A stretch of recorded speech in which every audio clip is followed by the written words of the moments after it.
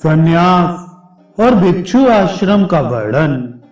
और बोले, हे राजन, इस प्रकार गृहस्थोचित कार्य करते करते जिसकी अवस्था ढल गई हो, उस गृहस्थ को उचित है कि स्त्री को पुत्रों के प्रति सौंपकर अथवा अपने साथ लेकर वन को चला जाए।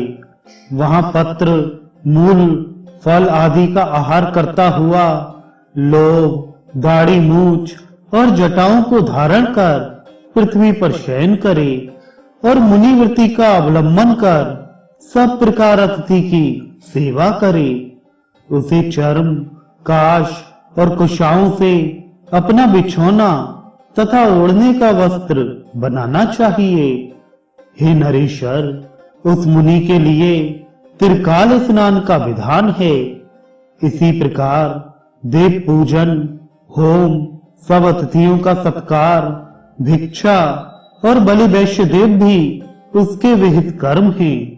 हे राजेंद्र, वन्य तैल आदि को शरीर में मलना और शीतोष्ण का सहन करते हुए तपस्या में लगे रहना उसके प्रशस्त कर्म है। जो वानप्रस्थ मुनि इन नियत कर्मों का आचरण करता है, वह अपने समस्त दोषों को अग्नि के समान भस्म कर देता है और नित्य लोकों को प्राप्त कर लेता है।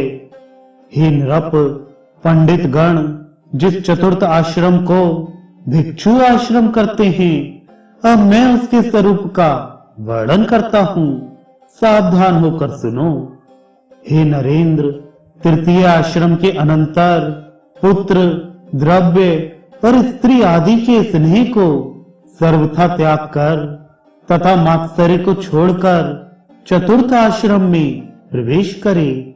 हे पृथ्वीपते, भिक्षु को उचित है कि अर्थ, धर्म और काम रूप त्रिवर्ग संबंधी समस्त कर्मों को छोड़ दे।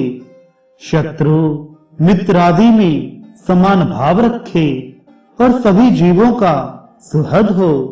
निरंतर समाहित रहकर जरायुज, अंडज और सुहृदेज आदि समस्त जीवों से मन, वाणी अथवा कर्म द्वारा कभी द्रोह ना करे तथा सब प्रकार की आसक्तियों को त्याग दे।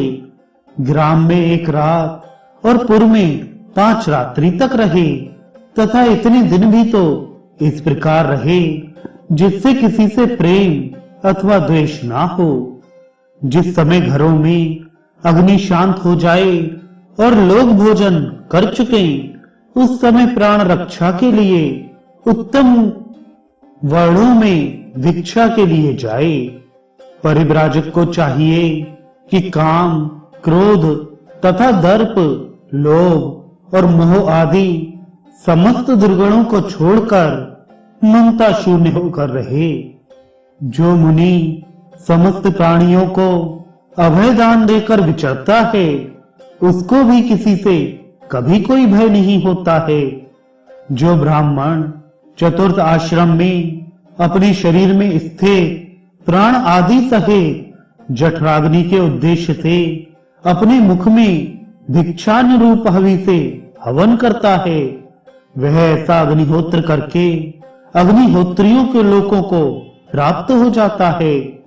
जो ब्राह्मण ब्रह्म से भिन्न सभी मिथ्या है, संपूर्ण जगत भगवान का ही संकल्प है, बुद्धि योग से युक्त होकर यथाविधि आचरण करता हुआ इस मोक्ष आश्रम का पवित्रता और सुखपूर्वक आचरण करता है, वह निरंजन अग्नि के समान शांत होता है और अंत में ब्रह्मलोक प्राप्त करता है।